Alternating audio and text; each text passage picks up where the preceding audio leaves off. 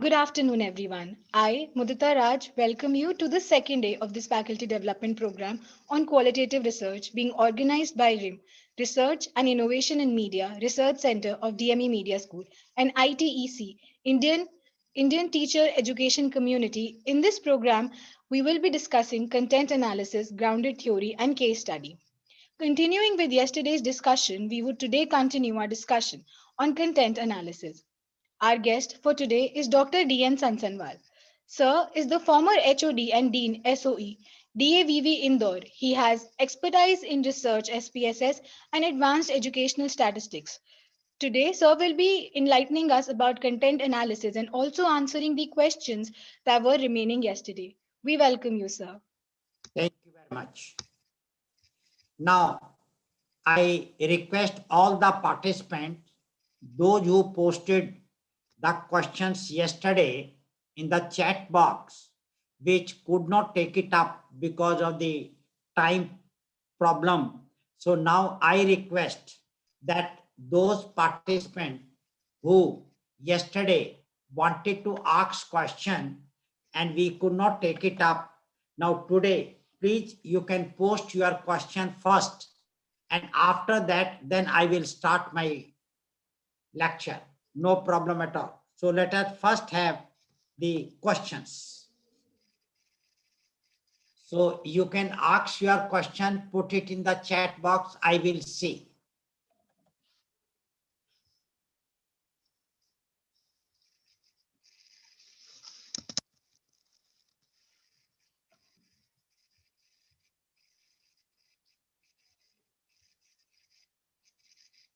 Well, the chat box is open for all. Anyone who wants to ask any question or the ones that were asked yesterday, we can take up the questions before moving further.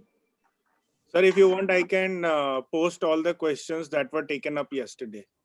Please go ahead. If you can Just give me one. I will take question one by one and I will answer. Please do it. Yes, sir. Just a second. I will be grateful to you.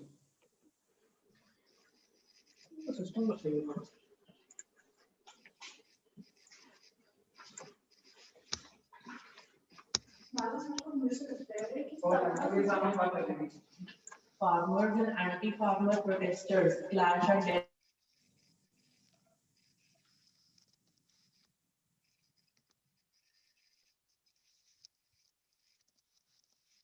So dear friends, I'm just waiting for the questions. Let the question come. Then I will try to answer one by one and will proceed for that today's one.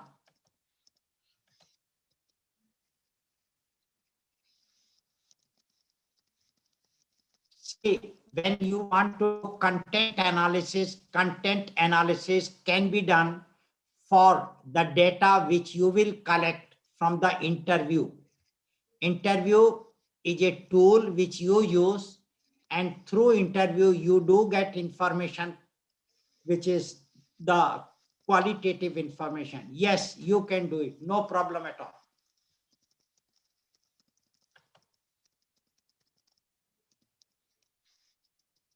So I have answered one question. What is the other question?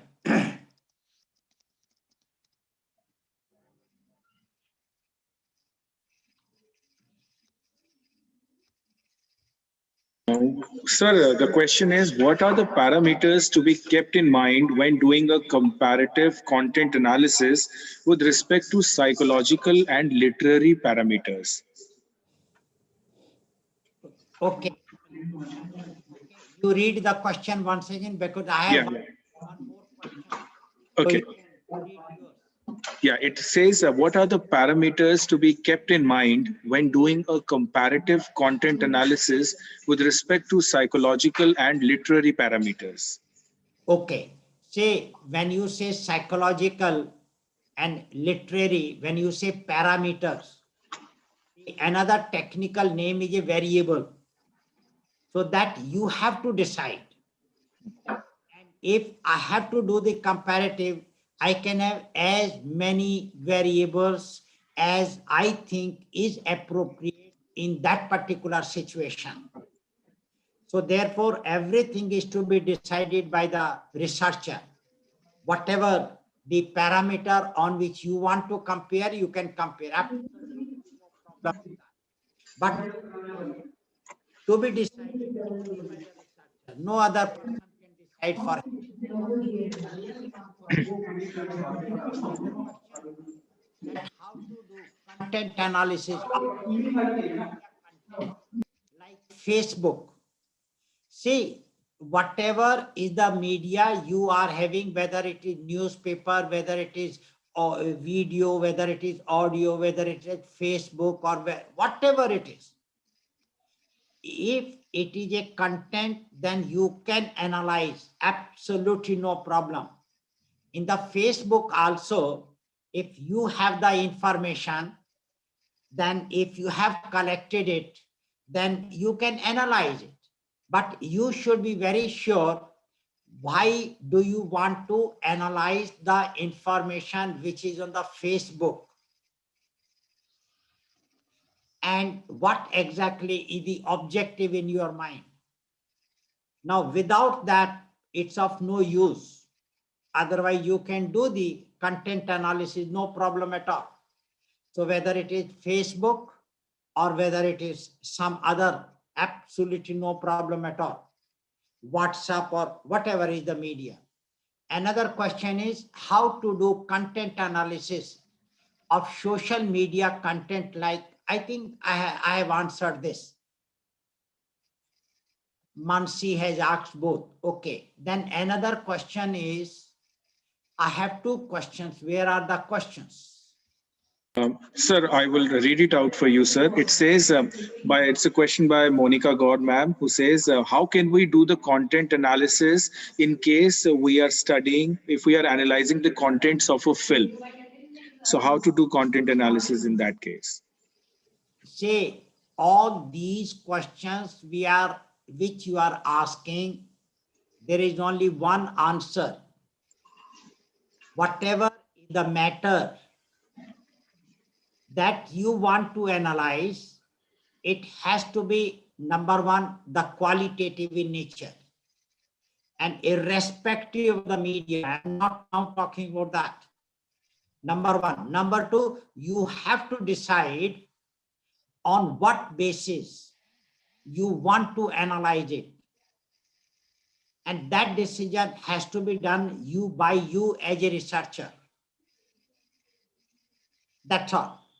And then you can do it, and whatever is the result later on, you can go ahead with that. Then another is Monica Gupta is asking that do operational definition of units work, or do we need to define the word only? See, whenever you have to give the operational definition, the operational definition is always of a word. So naturally, and the word has to be a technical word. If there is a simple word, you need not to do the operational definition. But the technical word that, say for example, if I say stress, then I may use it as a general word, but I may use it as a technical word. What do I mean by stress? And there can be different definitions. So when you do it, you are taking a particular meaning of the word stress, and you are analyzing the content using that particular meaning. So that becomes your operational definition. And operation definition, my dear friend, is not very easy, because you have to do a lot of work. You have to collect a lot of the definitions and then think of what is your definition, that which you want to use in that particular one. So that is the one. Then Indu Bala is asking, can we conduct descriptive study in the form of qualitative research, or can we use content analysis? See, you can do qualitative research and in the descriptive one, because whenever you want to describe anything, it has to be in terms of some of the quality, that means the qualitative information, and maybe some quantity. So if you want to describe certain things on the basis of the quality, then content analysis, yes, you have to do it. And content analysis is the most appropriate one. Absolutely no problem. Then another question, Mona Gupta is asking, what all statistical tool beside percentage? There are many statistical tool, Mona ji. One statistical tool is called correlated. See, these statistical tools are broadly divided into two parts. One is called parametric statistics and another is called non-parametric statistics.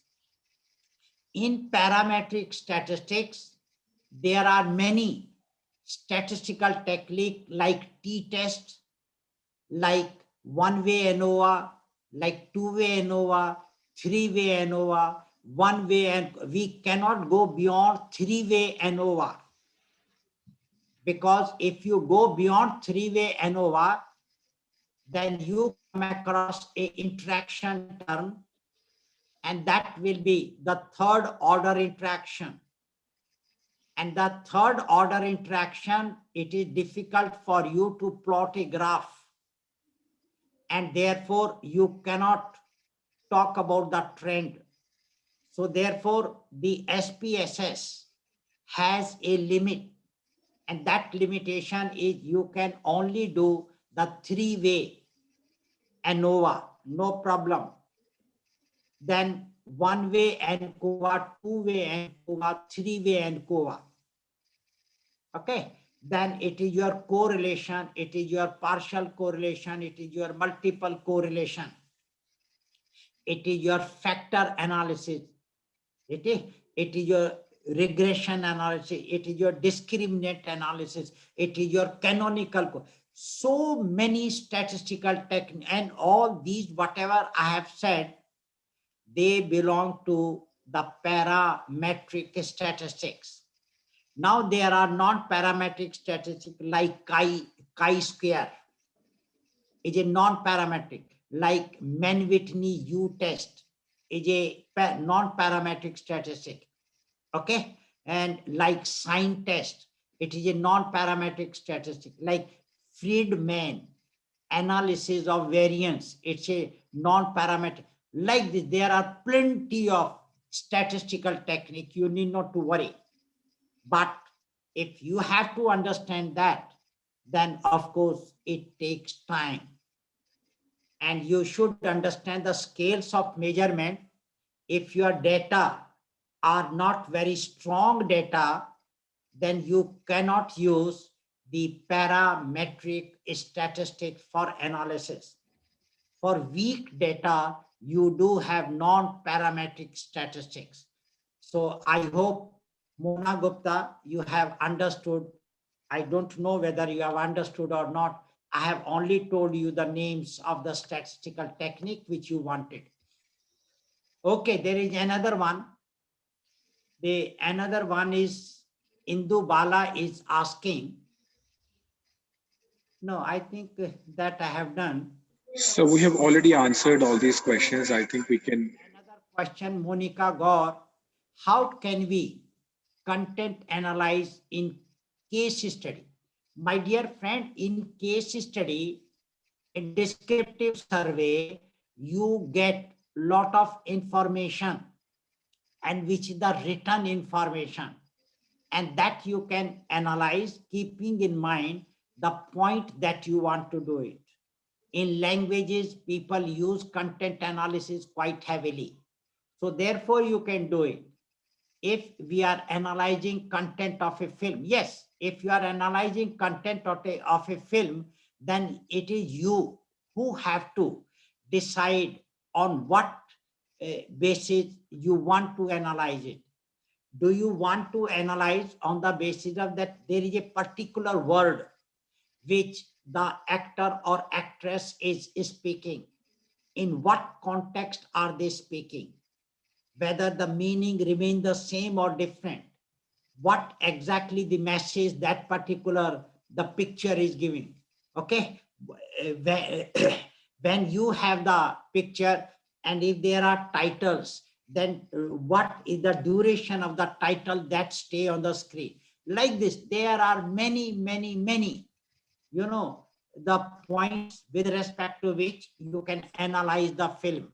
What are those points which are from Hindi language, if it is language, or which are not from Hindi language? There are many words people use. The word is from Urdu, but when they are speaking, then they are speaking in Hindi and they are using the Urdu words. So all those you have to decide, but you can do the content analysis of the film, whatever the matter that is given through that particular film, it is possible. Okay, let's say any other question. So I think I have completed the question. By chance, if there is any other question, please ask right now, then I start. So you can post your question in the question.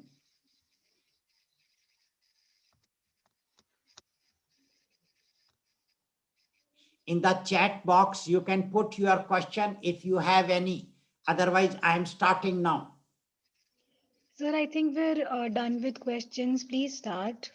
I think there is no question coming. So let me now start. Yes, sir. Okay, I'm starting now.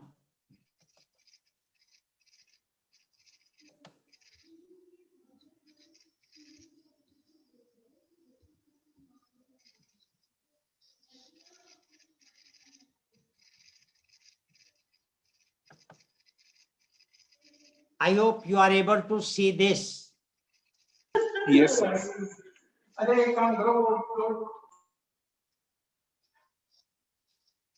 you able to see or not? It is visible, sir. We can see.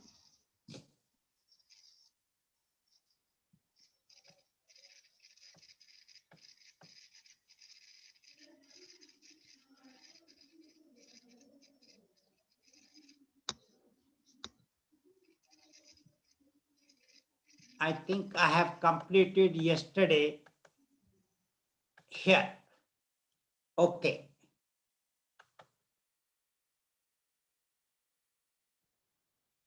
Now, this was the point which I did. And the sixth step was you have to conclude. And so that is all right. Now, next I go to that there are type of texts in the content analysis.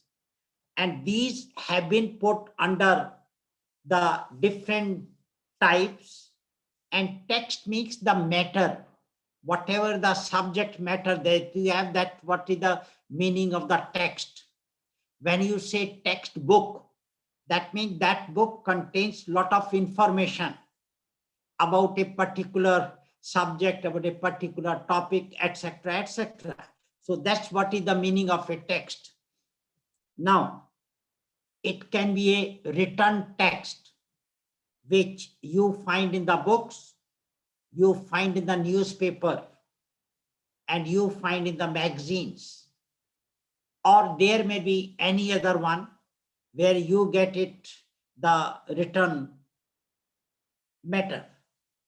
Then there may be oral text. See, when you get the information on your WhatsApp, WhatsApp is also the written text. Okay. Facebook is also the written text. Okay. So then another can be oral text. Oral means right now when I'm speaking, this is oral. When you speak, that is oral. So that is what exactly, and whatever the performances are there in the theater.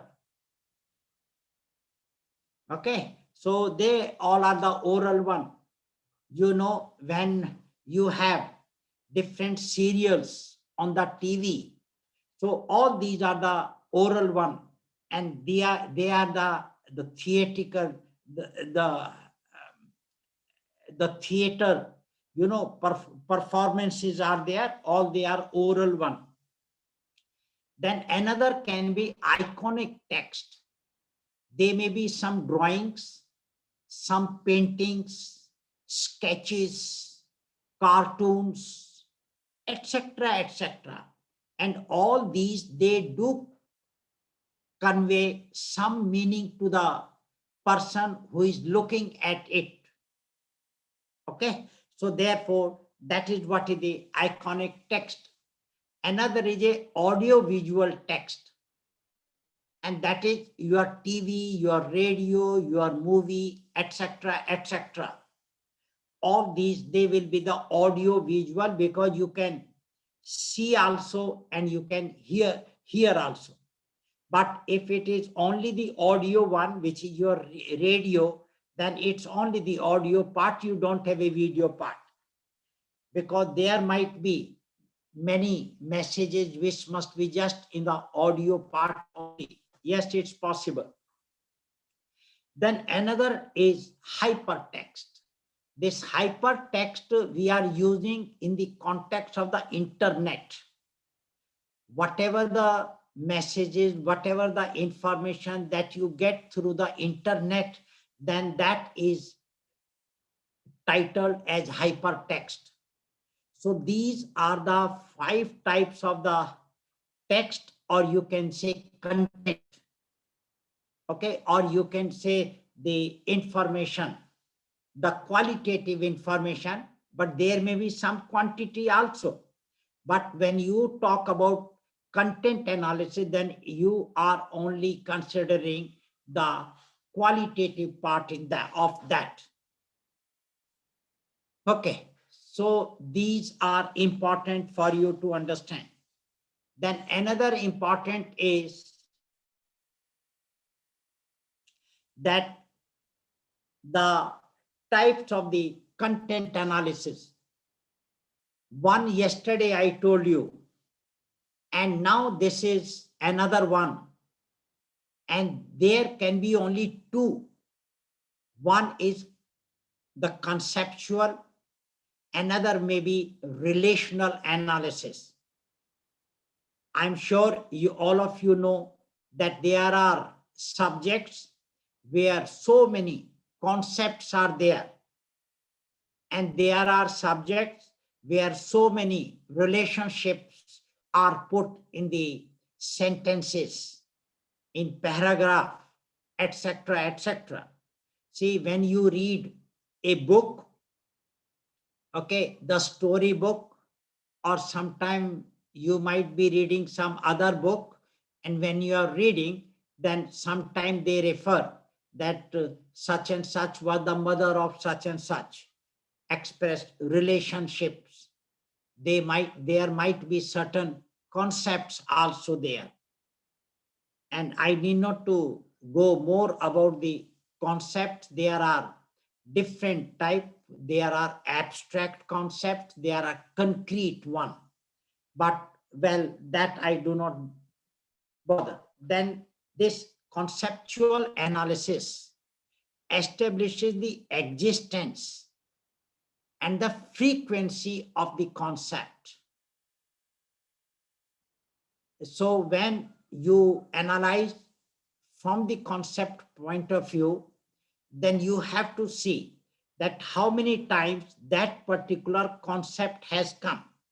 The frequency of concept more often represented by words or by phrases, because these concept, when I say adjective, it is a concept. When I say force, it is a concept. But when I say apple, it is not a concept. But when I say fruit, fruit is a concept. There are objects and there are concepts. So therefore, if I say standard deviation, it is a concept. So therefore, you can have a word or you may have a phrase. Example, in the text, one often writes about the information. Okay. And another can be the conceptual analysis. One can determine how many times that particular word appears. If I'm talking about information as a word, so I can say how many times information word has appeared, or how many times in informational word and inform has appeared. Now the important is that am I using the word information and inform in the same way or in a different way? So therefore, that's what you have to see. You have to decide whether it is the information, only information. If it comes, then it is meaning this. If it is inform or informational is there, then the meaning will change. So therefore, these are some of the concepts, but it depends upon the content which you want to analyze. And in that content, if it is a history, or if it is a philosophy, or if it is Hindi, or if it is some other, say poetry, or some drama, or some story, then there might be different concepts might be there, and that you have to see. Here it is as an example only. All right. Relational analysis, it built on the concept analysis. And in relational analysis is try to bring the relationship between the concepts. If there are two concepts in a particular text, then what exactly is the relationship between them? That's what is a relational analysis. For example, here, one can find out what other words or phrases appear next to information,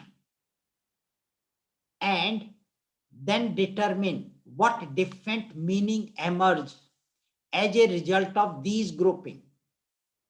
Because when you are giving the words, the one word and when the next word, now these two words sometimes might be in a relation, and if they are in relation, then naturally the relational analysis will be there.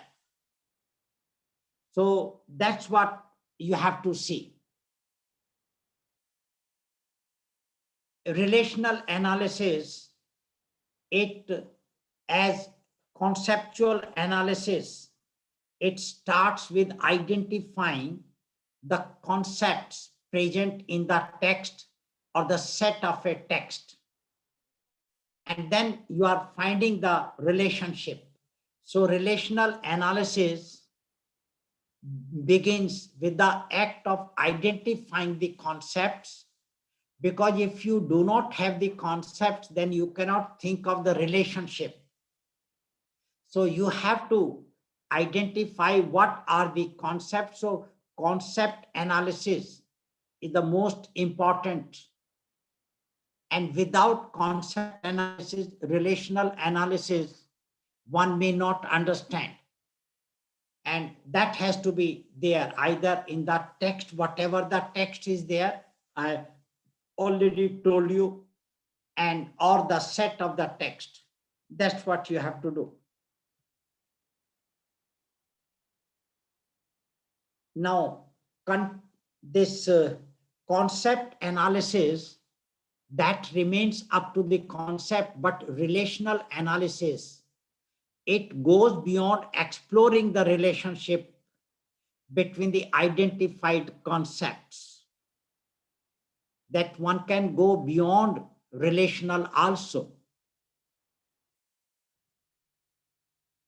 And relational analysis, there is another name, is called semantic analysis. You know, semantic means meaning. So somebody may ask you, what is another name for the relational analysis, then you should say another name is semantic analysis. Because relational analysis will give you the meaning. But if you just talk to the concept, that only concept may not give the complete meaning until and unless you don't put it in the sentences, etc., etc.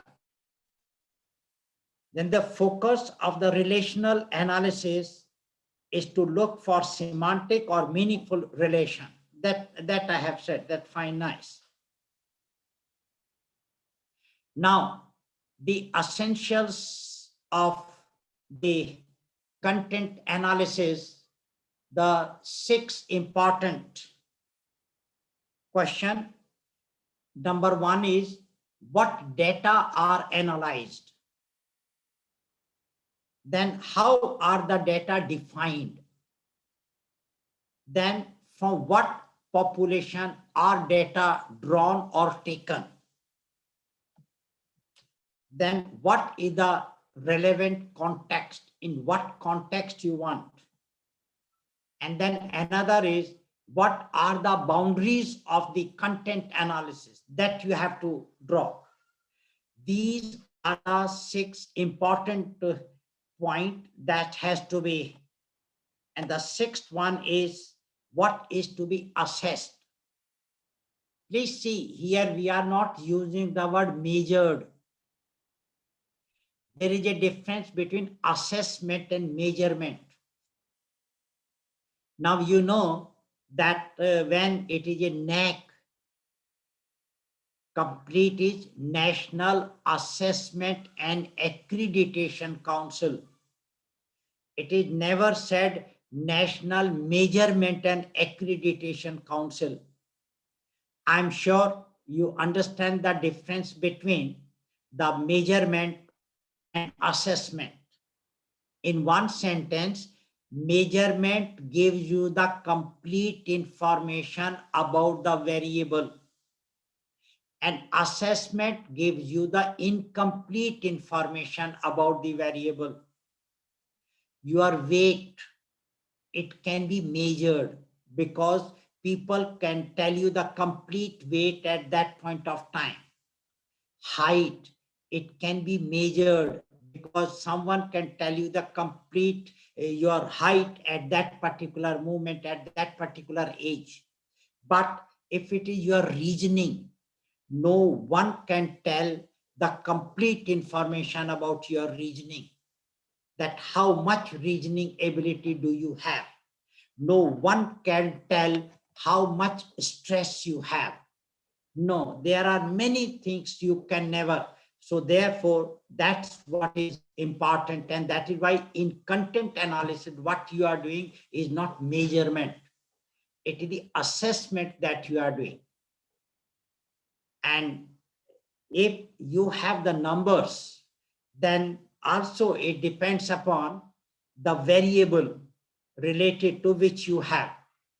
But nevertheless, these are the 6 important aspects: the data and how do you define. Because when you have a quantitative, then when someone says weight or volume or mass or something like that, these are standard things. But when you say reasoning, when you say stress, etc., very difficult.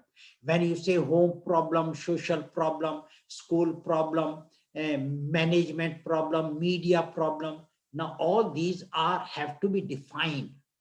So that's what these, and that's fine, nice. And the population, from which group you are taking the information. Okay, and the context, and then when you are analyzing, what are the constraints? And then of course, test. Now, when you do the content analysis, the important is the coding. And dear friends, there are some softwares which are available, and you can use those softwares. And in those softwares, the coding procedure, the coding rules are automatically imbibed in the program. And if you want to change the coding rule, then the coding will change and your net result will also change. So the coding is very important element. This coding is not a part and parcel of the quantitative analysis. Because in quantitative analysis, there is automatically, you have the numbers. But in qualitative analysis, you don't have something like that. So therefore, coding has to be done. And I hope all of you know the coding.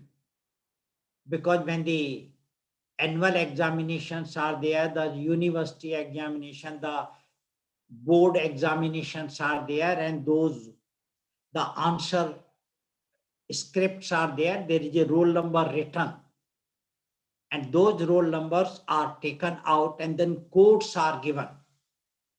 So that one cannot find out whether these answer sheet belongs to which college, which university, etc., etc.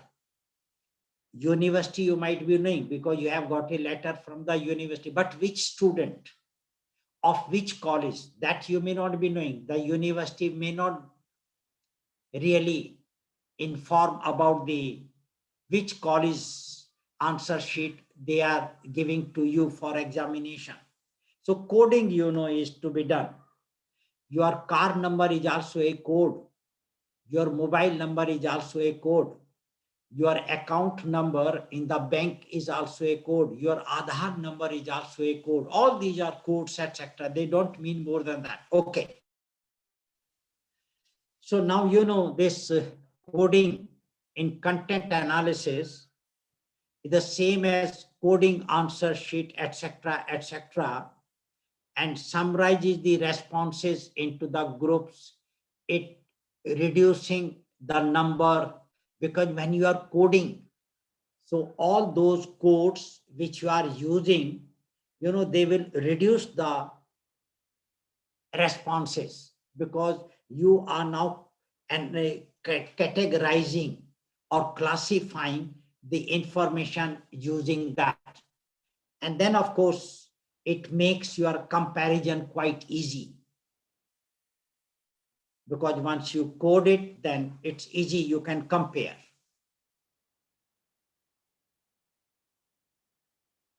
Now, those, whatever I have said just a few minutes back, they were the basics.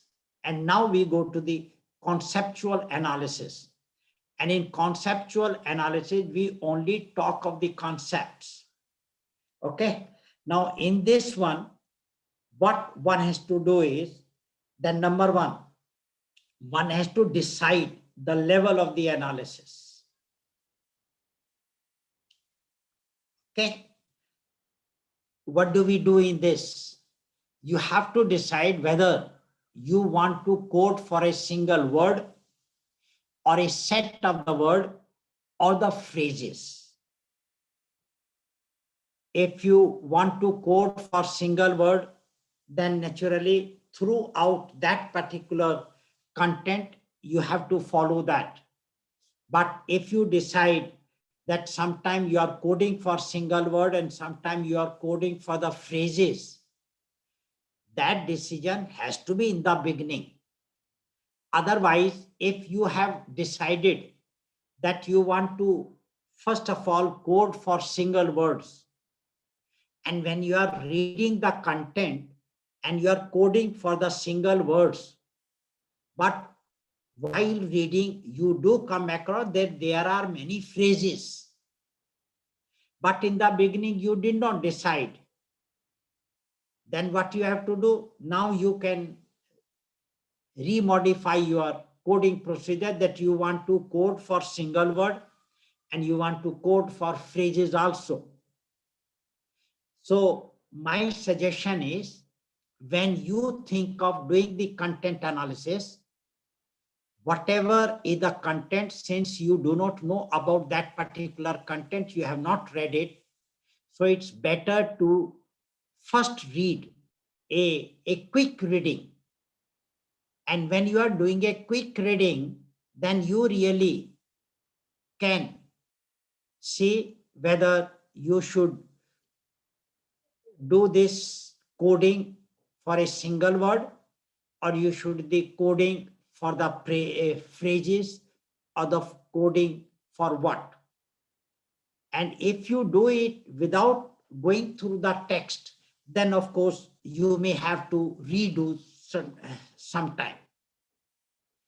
Now that is the first thing. The second thing, now you have to decide that how many concepts to code for what. For the researcher must now decide how many different concepts to code that you want to code. How many concepts? And this involves developing a predefined or interactive set of concepts or categories.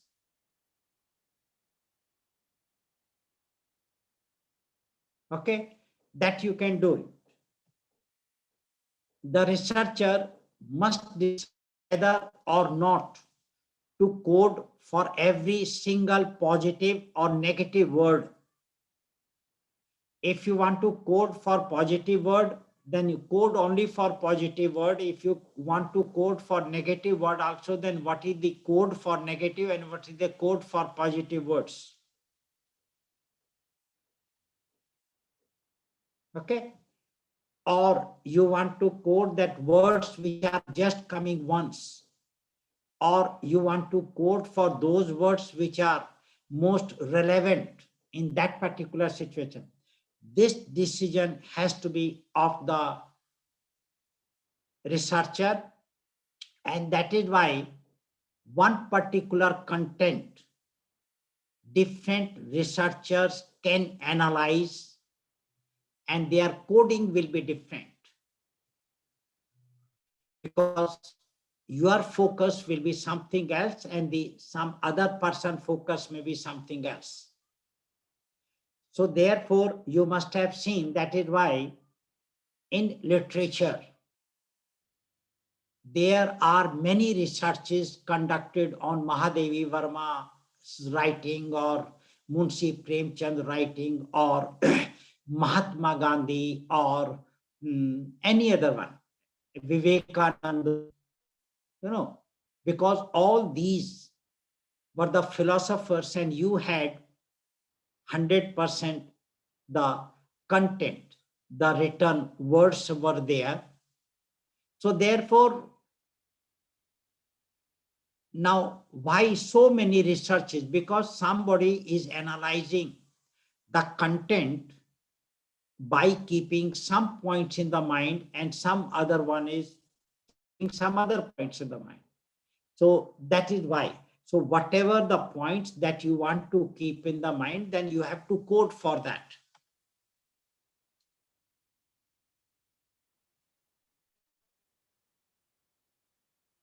And now you have a predefined number set. The researcher has to determine how much flexibility he wants to have. Okay, do you want to code for the 2 concepts or the 3 concepts or 10 concepts, or you want to code for all concepts, whatever are coming? That is your choice. So that is why there is a lot of flexibility. And more the flexibility, you will find there is a more need of redoing the content analysis of the same text, of the same content.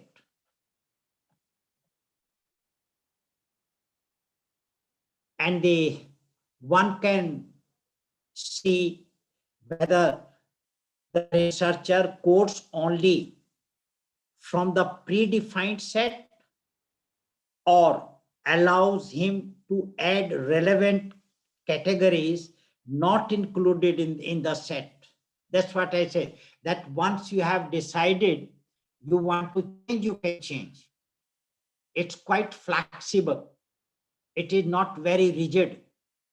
If you have the quantitative technique and quantitative research, sometimes quantitative research does not give you that much flexibility. Because if you have a quantitative data, if it can be analyzed with the help of a particular technique, then it is only particular technique. It cannot be other way around. But that doesn't happen in content analysis. It provides lot of flexibility.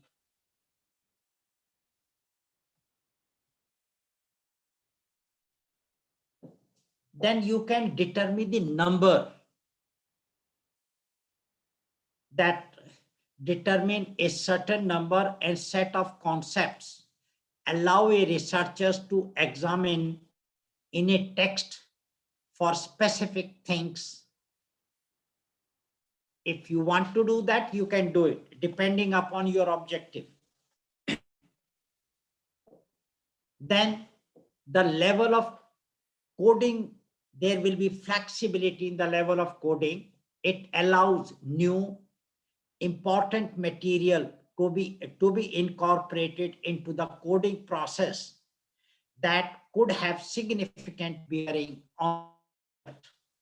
So once you decide the coding, then as you go through the content, it is possible that you may like to make some changes, some addition, some subtraction in the sense removing or something like that, or clubbing, so that you can do. Of course, what I'm telling you is very, very abstract. It would have been better if I would have taken the software and I would have taken the text and then explained. I think you would have been in a better position to understand. But nevertheless, we don't have that.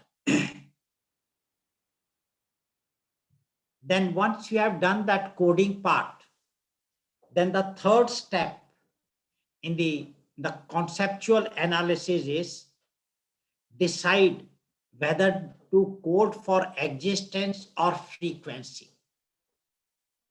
Actually, when you say existence and when you say frequency, it's one of the same thing. Existence means how many times it has come.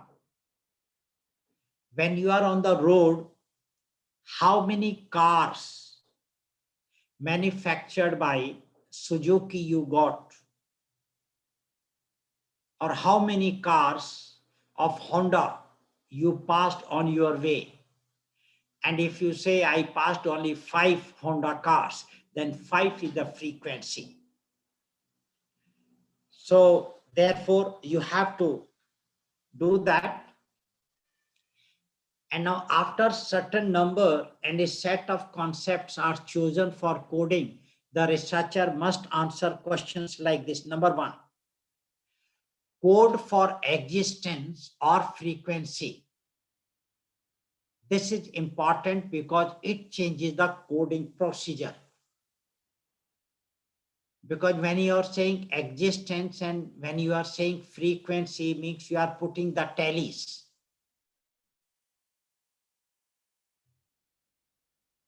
And existence means you might be underlining that in this, but many a times when you are reading, when you are students and you are reading the text, sometimes you underline certain words. That highlights or highlights, sometimes we do it. When you are doing for existence, so for example, there may be in existence would only be counted as 1. If you are just saying existence, means it is just once. But if you say frequency, it may comes more than once. So if that's all, so that you have to count how many times that particular thing comes. It does not matter because it has come once. So it appears. And this is important because a limited perspective of the text. So if you just see it exists, okay, yes, and that's all, then you have one. But frequency, how many times? Say, for example, your neighbor visits you. Now, if you want to find out whether the neighbor visits on every day, then you say every day he visits. That is the existence. But in a day, how many times he visits, that will be frequency. So sometime he visits twice, sometime he visits 4 times, sometime he does not visit. That so the existence means if he visits. Now, if you have a neighbor and they do not talk to you, so that's all. There is no existence at all, and you do not talk to them. There are people in many of the metros, big cities like Bombay. Sometimes they are in the lift and they do not know each other. So that's what the difference between the existence and the frequency. And that's what you have to find out. Now, there is a particular word, say the word is secular. In a sentence, it comes. So if you are coding for existence, then you will say, yes, it has come. But if you are coding for frequency, then you have to say in that text how many times that particular word has come. So that becomes your frequency and that becomes your existence. So in existence, it should exist once. That's all. But in frequency, it may be more than once. And when it is coming more than once, it gives you a very different meaning. That maybe the person is stressing on that particular aspect, and that is why he has used that particular word many a times during the conversation. And someone says that during conversation, he used these words, but he did not note down that how many times these words were used. And if someone says that, for example, when we were the student at some point of time, we had a teacher. He used to every 5 minutes used to look at the watch. And some student will say he is looking at, well, that is existence. I used to put a tally, and at the end of 1 hour class, I used to say that the teacher today has seen the watch 15 times or 18 times. Someone will say, yes, he saw the watch. I know it. So when he says he saw the watch, and when I say he saw watch the 15 times, the meaning is very different.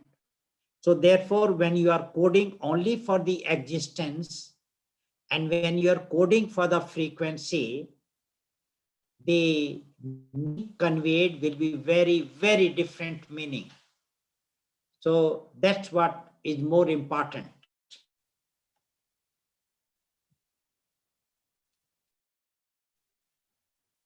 Another is that number of time inexpensive appear in a text might be more indicative of importance.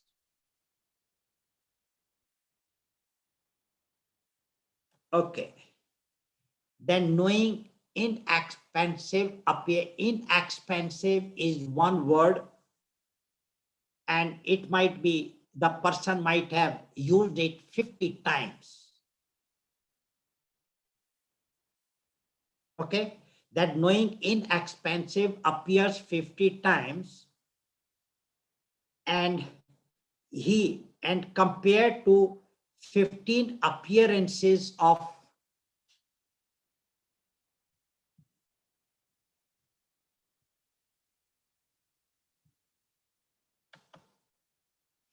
15 appearances of coverage for everyone,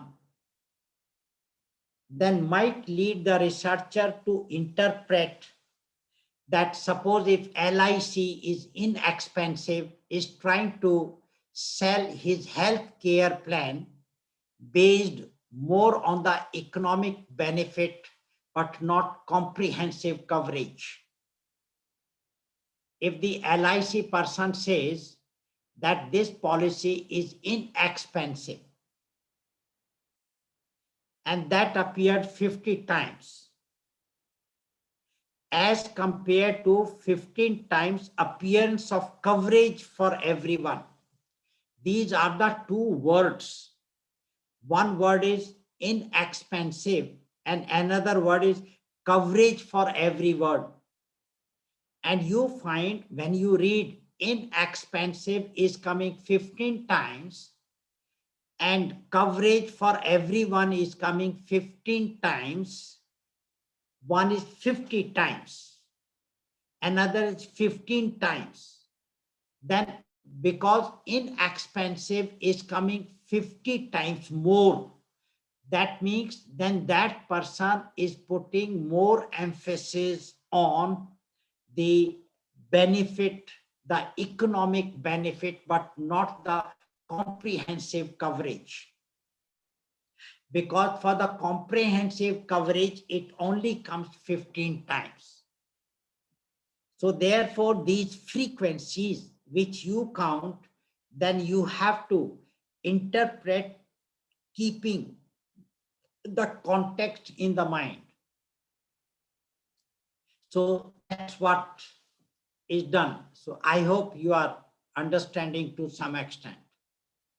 Then inexpensive appeared, but not that it appears 50 times would not allow the researcher to make this interpretation, regardless or whether it is valid or not. That knowing that inexpensive appeared, but not that in 50 times. It has appeared, say, once or twice, but it has not appeared 50 times. Then the researcher will not allow the researcher to make this interpretation. Which interpretation? That healthcare is having lot of economic benefit. So this healthcare, when I say healthcare has an economic benefit, this conclusion or this finding or this remark cannot be made if inexpensive word is not coming so many times. If it comes just once or twice, then you cannot say it. So that is what exactly they are focusing more on, the number of times that particular thing is appearing. And that is where it's very important to have a frequency of each and every one, so that later on you can interpret it. And these are the two interpretations which they have given in this example, that if it comes 50 times, then you say it has an economic benefit because it is inexpensive, because it is not very costly. You have not to pay too much money. So they are talking, you are not paying too much money, but at the end you get so much money. That's what LIC people keep on talking. Okay, but will not talk about the comprehensive coverage because it comes only 15 times or 10 times, but less than 50. Okay, but if inexpensive is only comes once or twice, then of course you cannot say that LIC has lot of economic benefit. Then your finding will be very different. Okay, so that's what I hope you have understood, the importance of how many tallies you get and what is the percentage that we can find out total so many, out of total how much this. All right. Then the fourth one is decide on how one will distinguish among the concepts. If there are different concepts, then how do you differentiate among those concepts?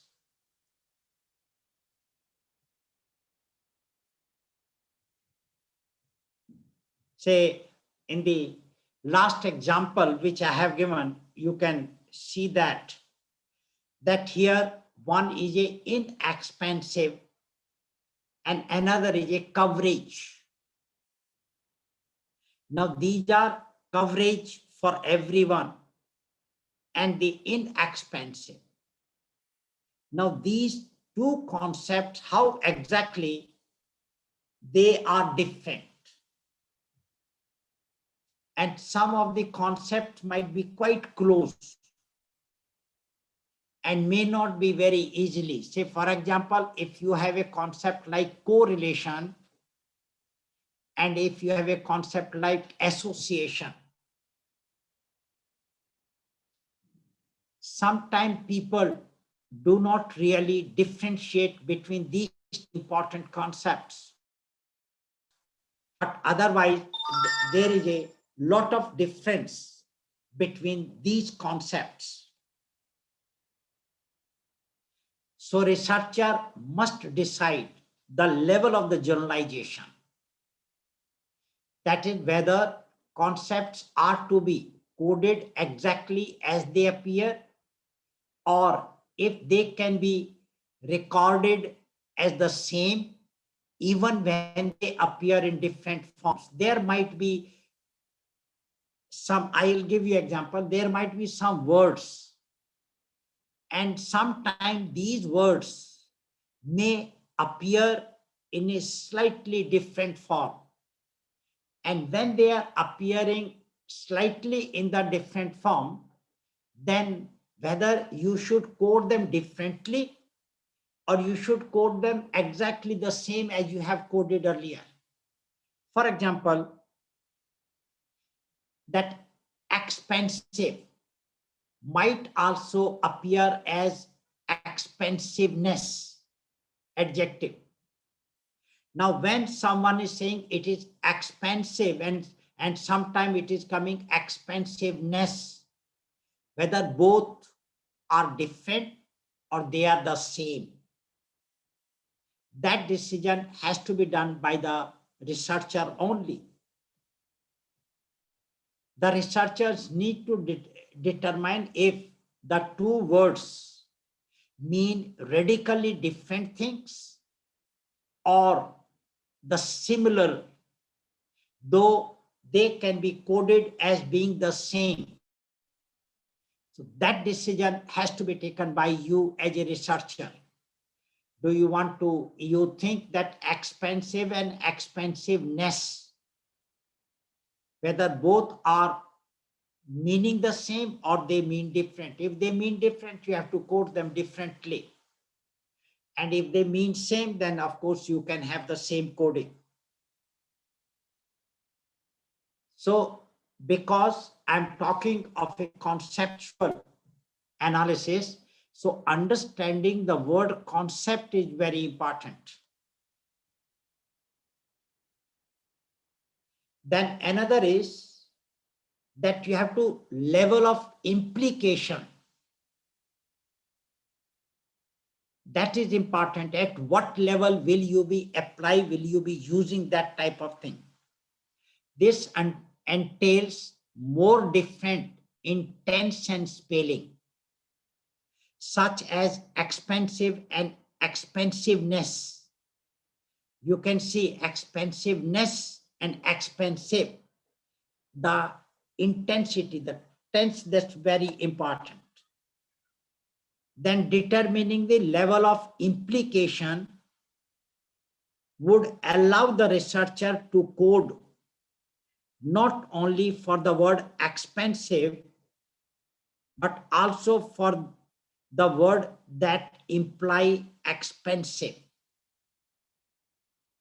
there might be some word, they say costly.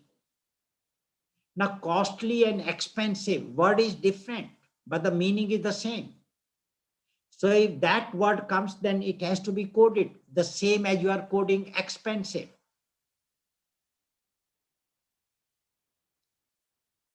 Okay, so that is the another important thing that you have to see. Another word can be economically challenging. Once I said costly, here he is saying economically challenging. You know, it is economically challenging to someone to purchase apple which is of 180 rupees a kg. Everyone may not like to afford that. You know, that is the type of the thing is talking. So you have to think that different words people are using and whether it is meaning the same, because the concept is the same, and then you have to think whether coding is the same or it is different. So also economically challenging, that the researcher decides does not merit a separate category because you have said expensive. And if you have said expensive, then economically challenged is a part of that, and you need not to code it differently. You can use the same code. Okay. But is better represented under the category of expensive. That is all right. So you can need not to use a separate code, but you can use the same code. So you have to think what are the different words which are there. And let me tell you that this content analysis requires a very good vocabulary with the people. My vocabulary is not to that extent very much. I have very limited vocabulary. I know my weakness. But you know, there are people, you must have seen, most people from journalism, their vocabulary is very nice. You can see the article many a times in the newspaper which you read, and what difficult words they are using. Your bureaucrats, their vocabulary is fantastic. You know, some of the English writers, when you read what they write, many a time in one particular sentence, there might be 4 words whose meaning I may not be knowing. So I have to look to the dictionary all the time. So that's what is important. So that one can do. Therefore, it's important if you are doing that content analysis, your vocabulary, your language has to be very good. Then the next is, now you have to develop rule for coding the text, whatever material you have, the rule that once you have decided the generalization of the concept into, consider a researcher wants to create translate rule to allow him to streamline and organize the coding process so that he can code exactly what he wants. So once you decide that you will be coding this and this and this, so you have to be very clear, and whatever is the rule that you have made, you use that rule to code for the entire text. So developing the set of the rule helps the researcher ensure that he is coding, think consistently. Because if one particular word is meaning something and another word is meaning really the same, but you are coding it differently, then it creates a lot of problem. So therefore, if you are coding and using it consistently, it will help you to a great extent.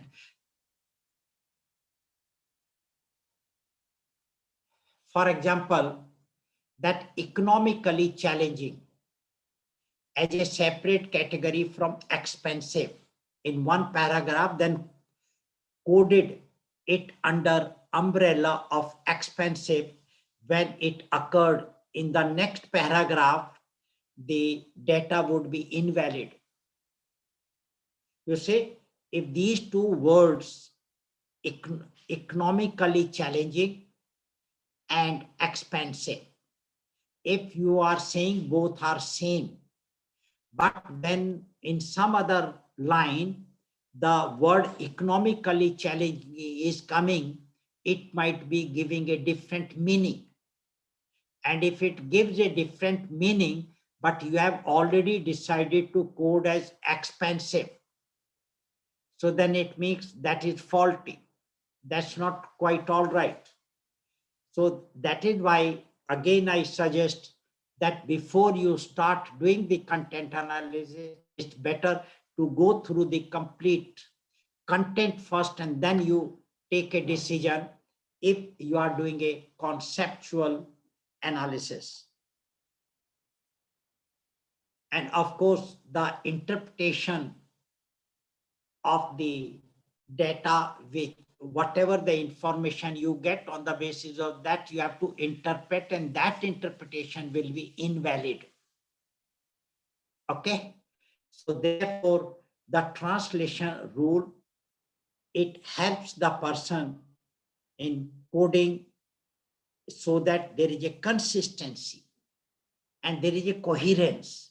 That is why the coding is important. You know that when the traffic people, when they give you decided that what should be the code for the different states and things of that variety and number and all that, they have coded. So it helps, immediately they can find out this car belongs to what, okay, which state, and in that particular state, which place, because everything will be there.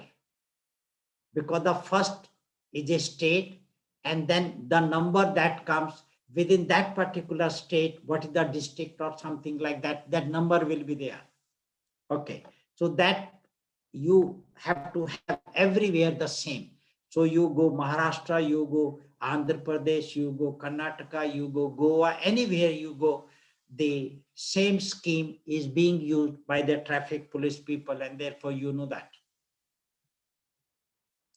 Then another is you have to decide what is irrelevant information.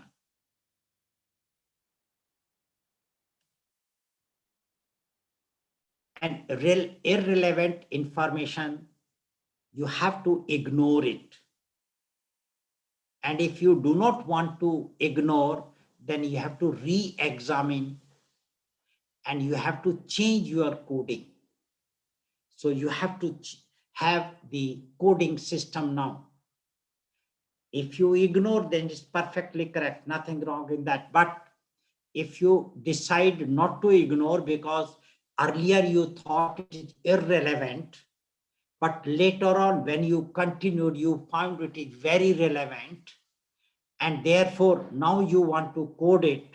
So therefore you have to re-examine the complete content, and then you have to have another code, and whatever you thought was irrelevant now becomes the relevant one. But if you still decide it is irrelevant, then you don't bother about it. But that's a very important decision. And that is why when you code the same content, and when I code the same content, and when somebody else code the same content, we all three people coding the same content, analyzing the same content, but my finding will be something else, your finding will be something else, somebody else finding will be something else. And why? It is because of intricacy of the concepts.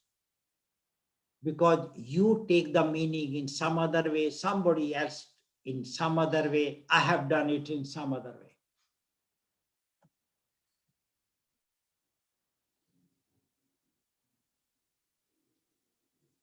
Okay, so it is giving one example that sometimes we use the word and sometimes we use the word the. So as they appear by themselves and would be ignored, but they add nothing to the quantification of the word like inexpensive and expensive, and can be disregarded without impacting the outcome. Such type of word, and or though, we need not to bother about how many times it has come, but if you want to code it, of course, that's your different. And if you do not want to code, because when you say and when you say the, meaning changes. Because when you want to emphasize, then you are using the word the, and when you are combining two things, you are not using the word the, you are using the word and. So if you feel that even these words make difference, then naturally you have to change your coding system. And then the another one is you code the text. So when you are coding, you go through the text and then you can code it manually, or if you want, you can use the computer. I have never used computer because I do not have the program. But maybe if your institute has a program where the content analysis or conceptual analysis can be done by the computer, then you should do it. Okay, that's okay. That if it is done by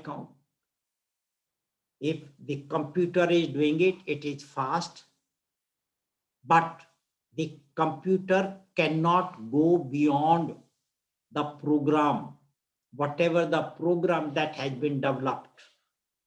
But if human beings are doing, then human beings can change. So that is important. And therefore, they can, you input the category, the content program can automatically or automate that, and naturally it can process. And then it can generate huge amount of data, and it can quickly analyze and give you the result. And this automation is very dependent on the researcher's perception. Okay, so in my perception, my category, what are the different categories under which I want to analyze, and you want to analyze will be different, and therefore automation cannot be the same. When you are doing the manually, then it is possible the researcher can recognize the errors and he can easily change that. But in computer, that may not be possible. And computer is only a tool and can only code based on the given information. It cannot change the category, cannot change the coding, but human beings can change the coding. Okay. And this when coding of the implicit information where category preparation is essential for accurate. That's okay, that I have said. And then the last one is you have to analyze the results. Now, once the coding is done, then the researcher examines the data and attempts to draw the conclusion. Actually, I will prefer to use the word finding, because one particular research cannot conclude. One research only gives the finding. But when you have many researches on the same content, then whatever are the findings, then from the analysis of the findings, we can draw conclusion. So when some of the people they are writing the thesis, at the end of the thesis, they write conclusion. I personally feel that is technically incorrect, because in one particular research, it's not possible to conclude the semantic. Finding and conclusion, they are not the same thing, but sometimes people say they are the same thing.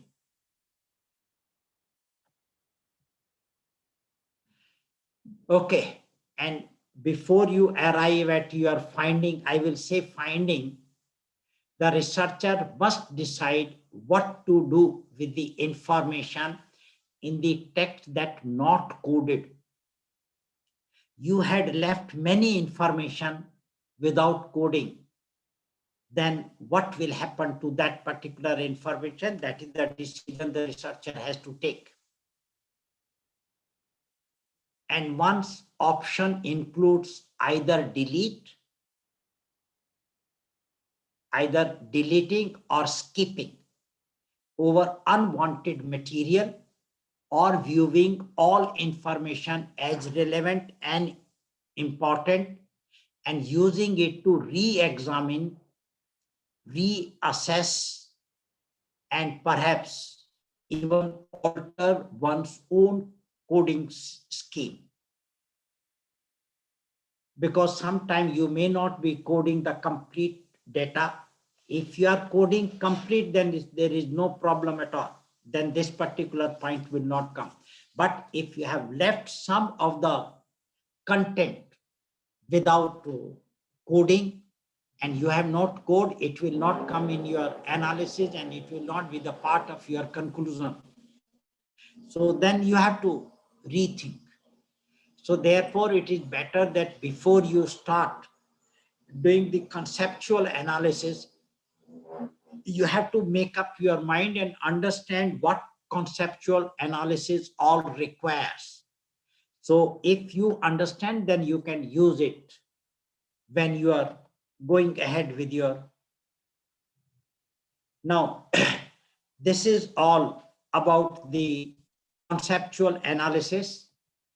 And I think it is now the time, only 7 minutes are left. So therefore, if you have a question, so please go ahead with your question so that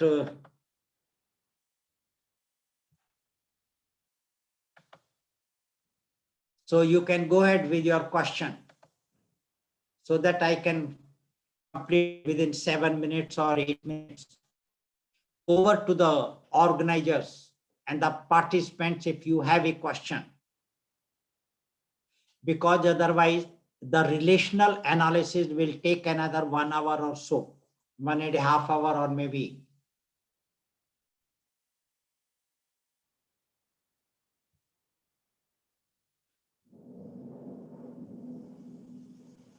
So if no question is coming, does it mean I should say bye-bye to you then?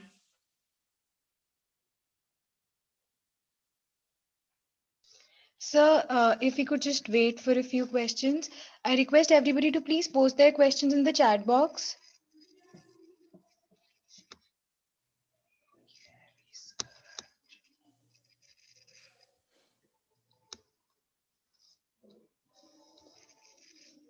Yes, sir. So I can see this one question.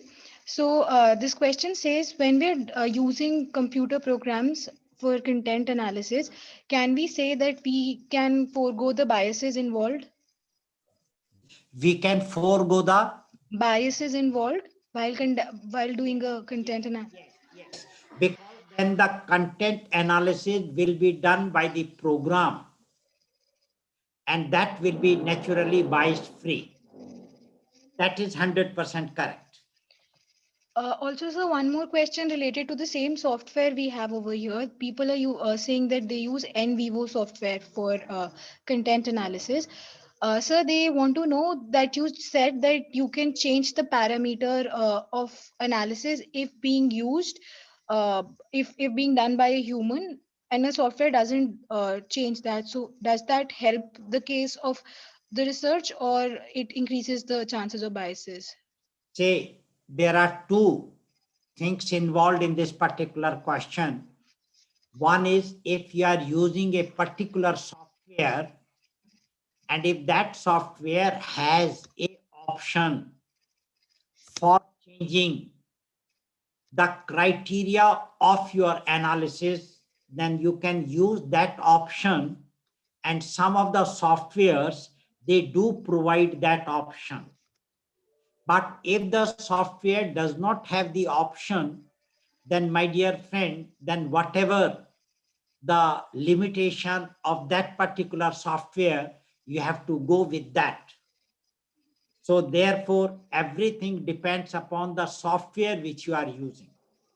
But otherwise, yes, the answer is they do provide the scope, because in content analysis, it is very, very difficult to think what all might be considered by the researcher while doing the content analysis. So they have some flexibility in that.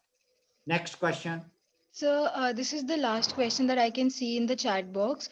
What is the difference in the method of case study and content analysis when analyzing pieces like a film or literary pieces? I think this person wants to know the difference between content analysis and case study method when we're analyzing on the basis of parameters. My dear participant, case study as a method of teaching, as a method of research. And case study you will get the information which will be content, which will be qualitative, and which will be quantitative. And when you get information from the case study, that information you have to analyze. So content analysis is an analysis technique, data analysis. And data analysis comes after the data were collected. So when you are doing a case study, you have already collected the data. And after you have collected the data, the next step is a data analysis. And the content analysis is a part of data analysis.